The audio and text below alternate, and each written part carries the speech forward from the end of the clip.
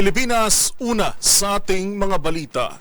Kasabay ng pagdiriwang ng ika-127 anibersaryo ng ating kasarinlan, sinalubong din ito ng kabi-kabilang protesta mula sa iba't ibang grupo.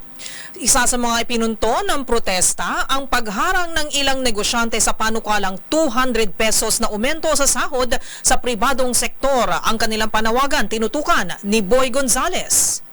Naglunsad ng kilos protesta ang iba't ibang militanteng grupo sa Maynila kasabay ng ika-127 anibersaryo ng Araw ng Kalayaan. Nagsimula ang kanilang pagkilos sa kanto ng Top Avenue at Calao kung saan nagmarcha sila patungo sana ng Embahada ng Amerika sa Roa Boulevard.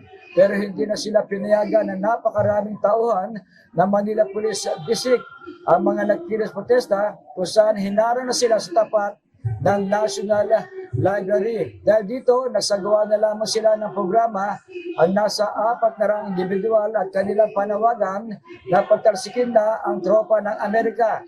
Nais rin nila na ibasura ang Visiting Forces Agreement o BFA at Enhanced Defense Cooperation Agreement o EDCA dahil nagagamit lamang daw ang bansa. Kinokondi na rin ng mga magagawa ang pagharang ng 200 na legislated wage increase para sa mga kawani sa pribadong sektor. Ayon kay Jerome Adonis ng KMU Secretary General, ito na sana ang kauna-unang pagkakataon na isa sa katuparan ay pinaglalabang legislated wage increase sa loob ng 36 na taong pakikibaka. Para sa NBC TV Network News, ito si Boy Gonzales, una sa Pilipinas, una sa Pilipino.